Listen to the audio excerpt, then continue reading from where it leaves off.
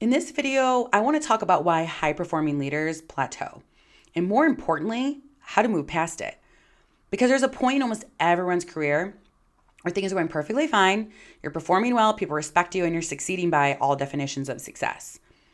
At the same time, you realize that you've outgrown the way you're currently operating. You're not necessarily stuck, you're just maintaining. And it's not uncommon, especially at senior levels. In fact, I've been through it myself, notably when I moved from vice president to the C-suite. And you've probably heard what got you here won't get you there. Yes, thank you, Marshall Goldsmith. He wrote an entire book about it. And while that's true, what's actually happening is just a little more subtle.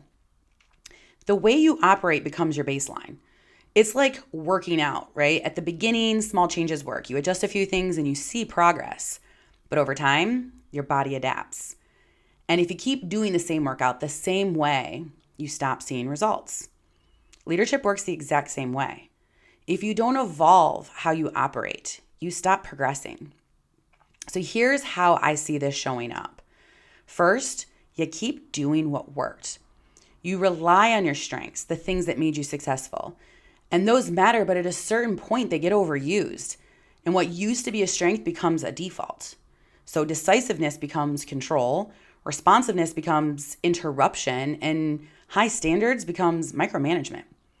And that default starts limiting your growth.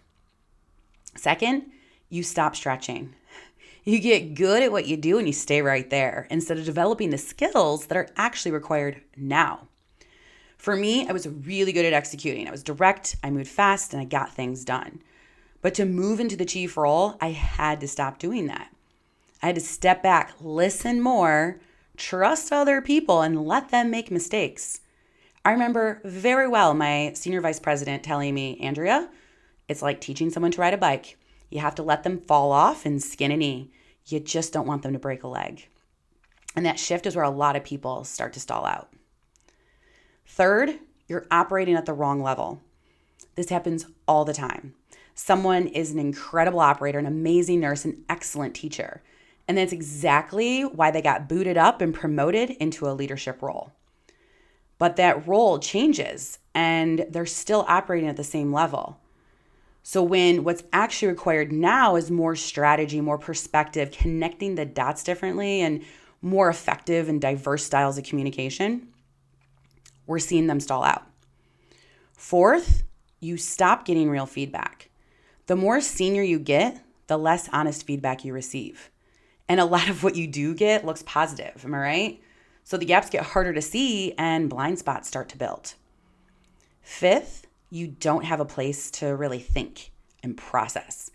You can't always talk to your team and you don't necessarily want to say everything to your peers or burden your family and friends with it, right? So you end up holding everything. And when you're holding everything, you don't step back and you don't see how you're leading. So how do we move past this? I have 5 tips. First, be honest about what got you here. Ask yourself, what am I still doing that I don't actually need to be doing anymore? A lot of it is habit, and habits are just behaviors on autopilot. So remove the autopilot and start flying that plane. Second, identify the skill you've been avoiding, not the one you're good at, the one that you've been putting off or maybe you haven't even seen yet. Third, get real feedback again. You have to solicit it, and this is about quality input. You have to actively ask for it and be specific about what you're trying to improve. You're looking for what you're not seeing, not reinforcing what you already know. Fourth, create space to practice leadership. This is about processing, not reacting. And most leaders, they're not stalling because they lack any sort of capability. They're slowing down because they don't have the space to examine how they're performing. Leadership is a skill, and just like in sports or with musicians or actors, we only get better with practice. So even 30 minutes of intentional reflection a week can give you insights into how you lead and where to make adjustments. And this is where it shifts, because at a certain level, knowing isn't the problem anymore. It's whether you're practicing something different. Again, it's just like going to the gym, right? You can show up, but if your form is off, if your hands are over and not under the bar, if you're reinforcing the same movement the same way, you're not going to get stronger. And that's what a personal trainer or a leadership coach will do in this case. They don't tell you what to do, they watch how you do it. They hold up the mirror and they help you adjust so you actually get the result you're looking for. And last tip, put yourself back on the edge. Growth doesn't happen when you're comfortable. Sorry. It happens when things feel a little off, a little uncertain, a little painful. Well, wait, honestly, who am I kidding? It's a lot painful. But that's usually the signal that you're moving forward again. So if you feel like you've hit this point, create the space. Shock your body, shock your mind, change your routines, reassess your habits, practice something different. Because growth usually starts when you intentionally try something new. So if this resonated, please do go ahead and hit subscribe to see more. And if you would like a place to practice your leadership, this is exactly how I help leaders, by providing them with that space. So there's a link below for a way to book a time with me.